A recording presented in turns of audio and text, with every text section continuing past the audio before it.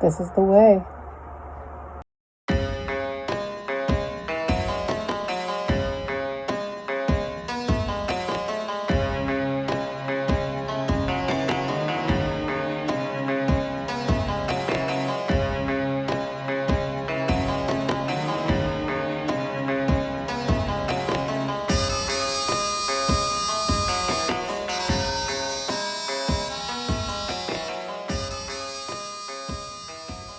Alright, so once again, I'm kind of coming to you way after the fact as I'm finally getting around to editing these videos, and I'm just going to let you know that I kind of jump right into this one. I didn't intend to document much of this process, and I don't know what made me kind of start doing it halfway through, but I start after I have everything cut out, all the templates cut out, all of the foam cut out and shaped, and heated up and spray foam or plasti dipped and painted. It's all after this process. This is basically a lot of the fun, kind of more detail things, and her Lekku. So it's not the most thorough of details, but I feel like it's also some of those things that you don't see that much, maybe. And honestly, the template that I followed from GEA Labs Cosplay is so good that it doesn't really need an explanation anyhow.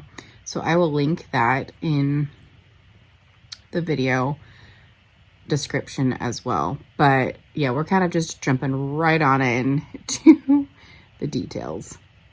Sorry. So I did a couple of things for the buttons and the lights and stuff on her armor, and some of them are just glue, hot glue that I made into a circle, and others are like those little rubber bumpers that you find on the back of picture frames to kind of keep them from moving, or the back of cabinets so they don't slam so hard. I just painted the back of them and they worked really, really great. I didn't really know if this was going to work, but I had these fairy lights from another project, and I thought, hey, I'll just try shining them through and see if it works, and they actually worked surprisingly well.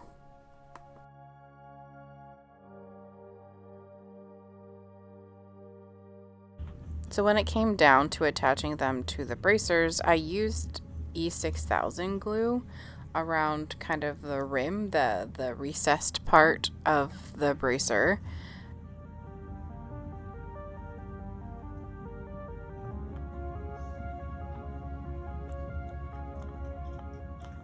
Where it would need to be, and then I would flip it over holding the spot and add some hot glue into the vacant space, and then a little bit of around it so it was attached to the thing, but also like attached to the button, but also to the bracer itself. And then I kind of filled in around it and connected it just to really seal it off.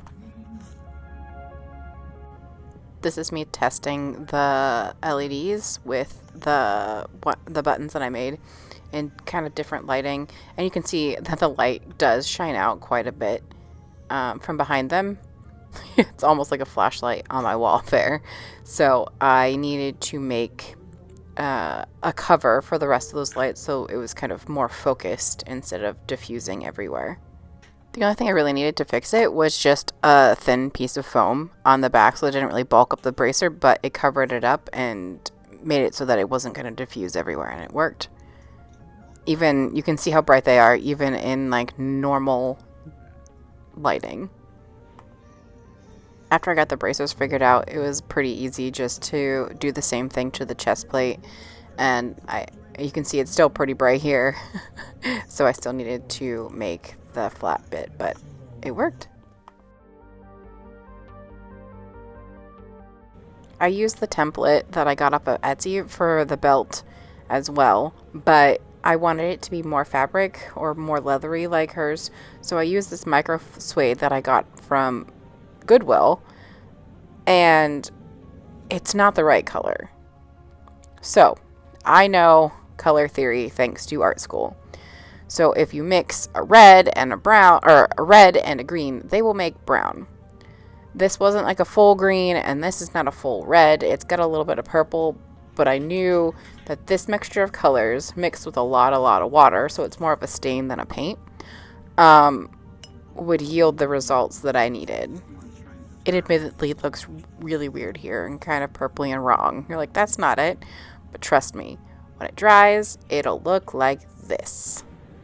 A slightly reddish brown, which is exactly what I was going for. So once again, this is another part of the thing that I didn't document, but I took the pattern and cut out the foam. But before I glued the 2 layers of the foam together, I put in a layer of pleather, painted it and aged it, and I'm really excited with how that came out. The underbelt, or whatever this is called, is made out of that same micro suede that I got off or from Goodwill. And then I cut it out and sewed it together like this, inside out, so it would have less things. And then I put the ribbon there in it as I was sewing it, so that in theory it should pull out. So you'll see that struggle. It worked. It just took a little bit of finagling. But this was, I don't know how I would have gotten this. This basically ensured that I had nice clean edges, except for the one of the joining bits of the belt, which is totally fine. She was a little fluffy once I got her right side out, and I was like, oh no, it's too thin. It does not look at the shape at all. But once I ironed it, she was beautiful.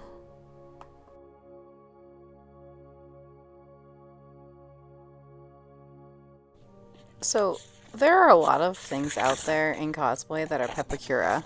I had no idea what pepakura was until I started this, and frankly, I think I'd still be happy if I didn't know what pepakura was. Honestly, though, this is a really good pattern.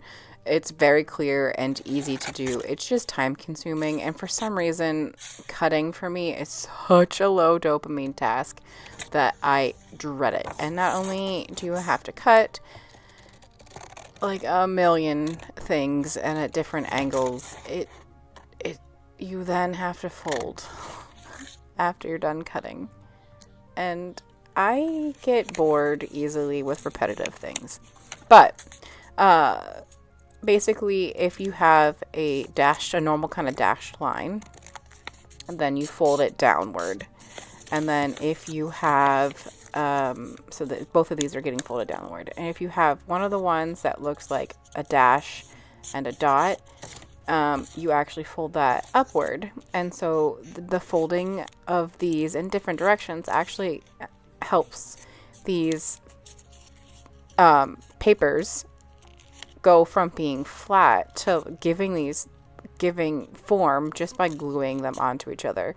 It is really amazing, and I am very thankful for this pattern, but somehow I've done pepakura twice now and still not found enjoyment in it. So it might be for you, and that's totally fine. For me, the repetitiveness is just mind-numbing. For some reason, sewing all day, whatever, I could do that.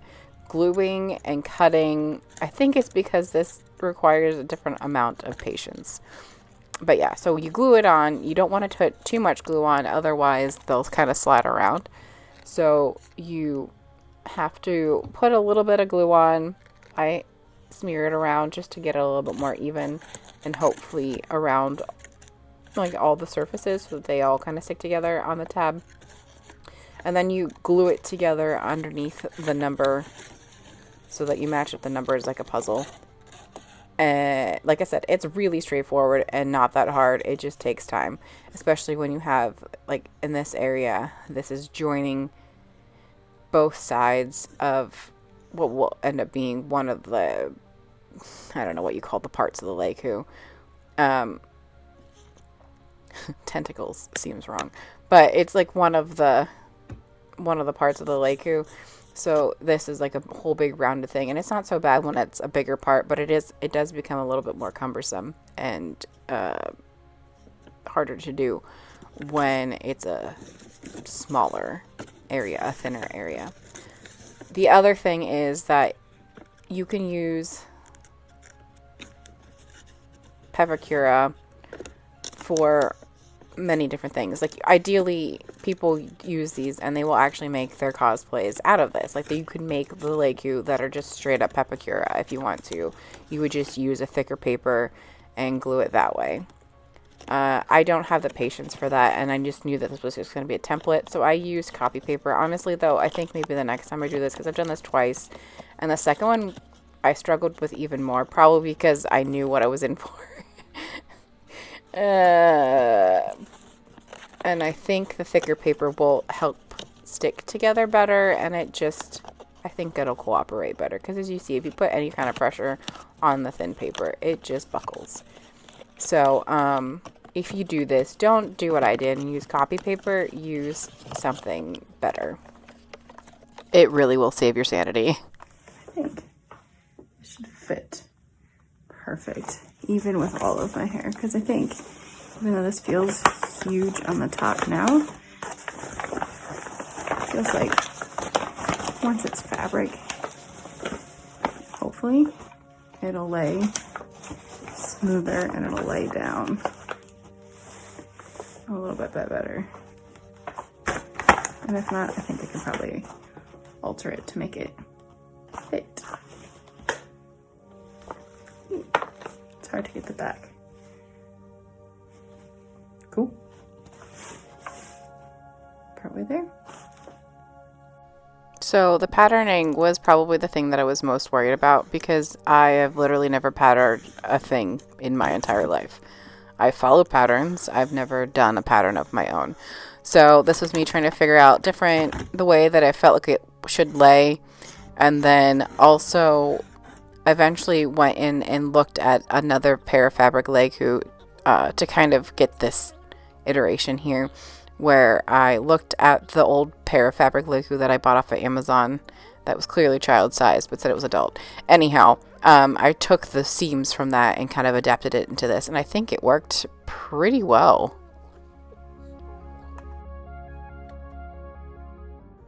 Thankfully, my overwhelm with this project kind of helped a little bit, because I waited a day to cut this out and then realized that I had not labeled any of the pieces or put registration marks on them. So this is it with registration marks. Don't forget those. Once I was finally brave enough to cut these out, I put darts in them and then taped a whole bunch of cardstock together and traced out all of my patterns onto there, so it was flatter but also just easier to work with for cutting things out. And here they are, all cut out and kind of laid out for my orientation, just so that I could kind of figure things out. I also did pin those first ones together, because that's the middle Lekku, and I did sew one of the other kind of middle Lekku bits together as well, because they were just mirrored. There's a lot of just pinned up stuff, because I was frankly a little chicken to actually start sewing, but it really wasn't nearly as bad as I had worked it up in my mind for some reason, so that's good. You can see that I left some seam allowance, but then I will also I have everything kind of pinned up with the registration marks too, and so I would line up my clip with one of the registration marks and have it on the line, and that actually really made it easy, just knowing with that clip there that things were actually lined up where they should be. Alright, so she's all sewn up except for these little flaps right here, which I have to unclip and then sew once it's right side out. So I guess we flip and see what it looks like. Did it work?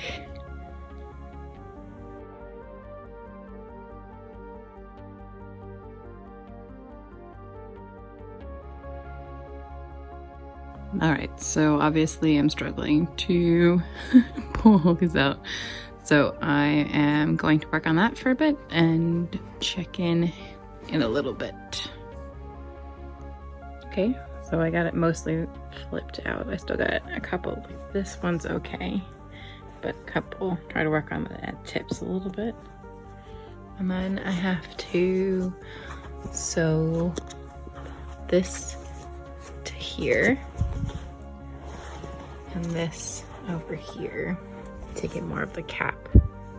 And I guess that'll be the test.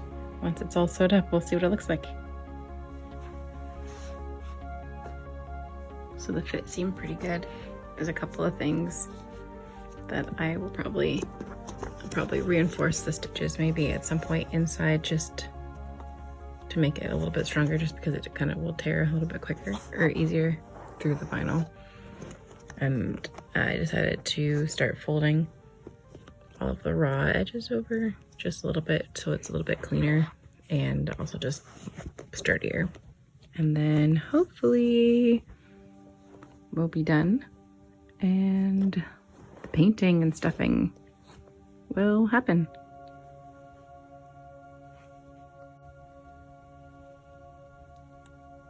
She's all sewn up. I might do a little bit of ironing before I stuff it, to help with some of the way that this is laying, just at a low temperature. We'll see. But she's done with the sewing. Now I have to paint her and stuff it. Yay! Okay, update. It's stuffed. Looking pretty good. I think the next thing I do is maybe build like a hat type situation for this to sit more flat and to be able to stuff up by the horns or whatever on the side there to make it more full. But otherwise, sorry, otherwise it's pretty good. Pretty happy with it. And we get to paint. Future Amanda, editing Amanda, coming at you now just to interrupt this feed to let you know that I did a couple things wrong with this Lekku painting part.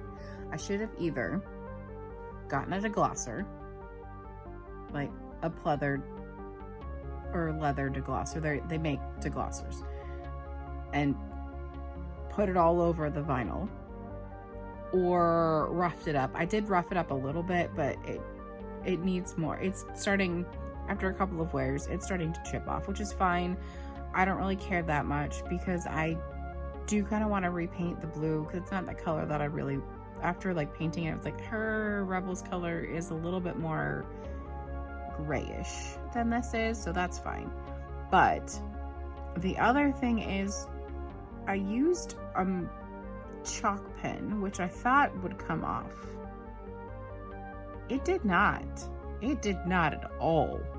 So if you're gonna put something on your pleather to draw the lines, make sure that you do a spot check, you know, like everybody tells you to. I didn't do it, so I had to go back and try to cover up a lot of my white with like white leather paint, or just whatever white I had on hand. And it was fine. It was just a lot more work. And like I said, I think eventually it'll start to come off because everything's kind of slowly chipping where it's rubbed. It's fine, whatever. But learn from my mistakes. Please don't do what I did. Especially don't do something without spot checking it. Whoops.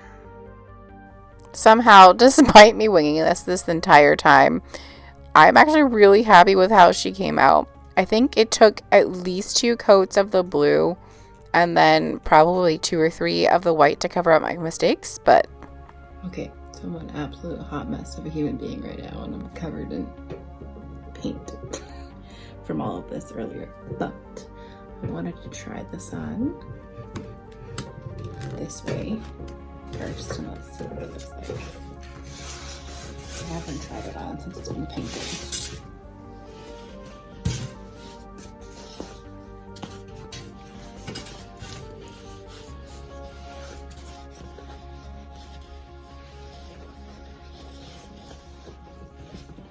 scratch the hair.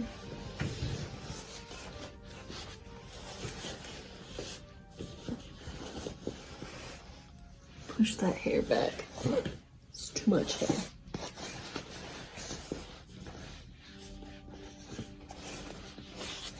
Yes. I can't hear a thing in here. This is so exciting.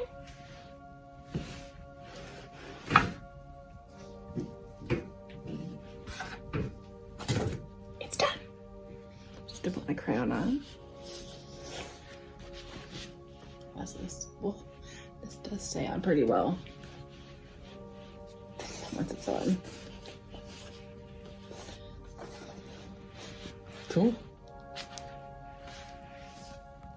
And because everything I used for this basically is from the same tutorial or from the same pattern, everything fit together really well. So this is just foam that I have snapped on to the headband with just snaps, and then it's just been painted, and yeah, fits perfectly.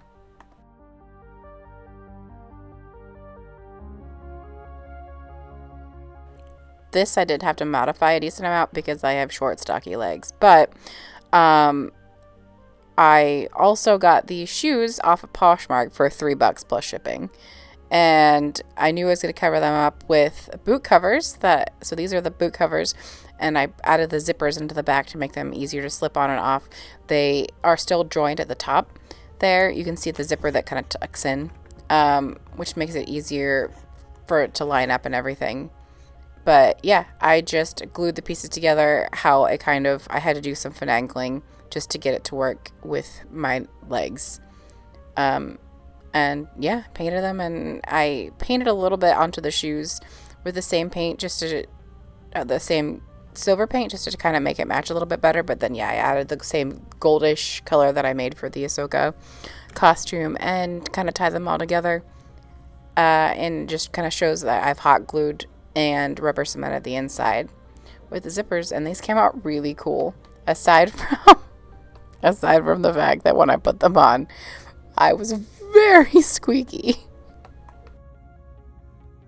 Basically what happened when I wore them around the house was that the combination of the Plastidip on the inside, the seal it, and the hot glue made it rubbed against the shoe and it squeaked like crazy. So I put felt in the inside.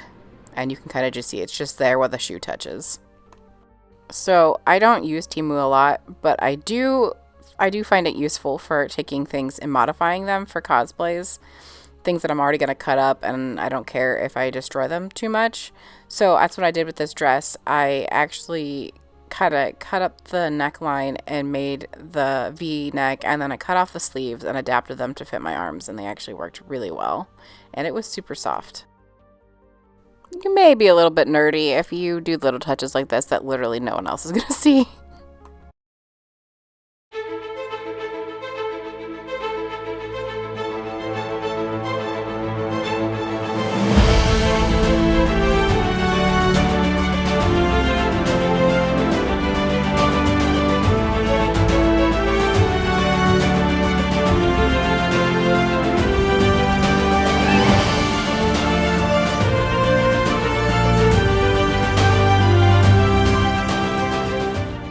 And that's it. That's my version of Rebels Ahsoka. If you like this content, please follow along on my socials and just on here, and we'll have more nerdy kind of Disney Star Wars fun in the future. Thanks. Bye. Wow, that was super embarrassing, and it hurt a ton. But I'm just gonna get up and pretend like nothing happened.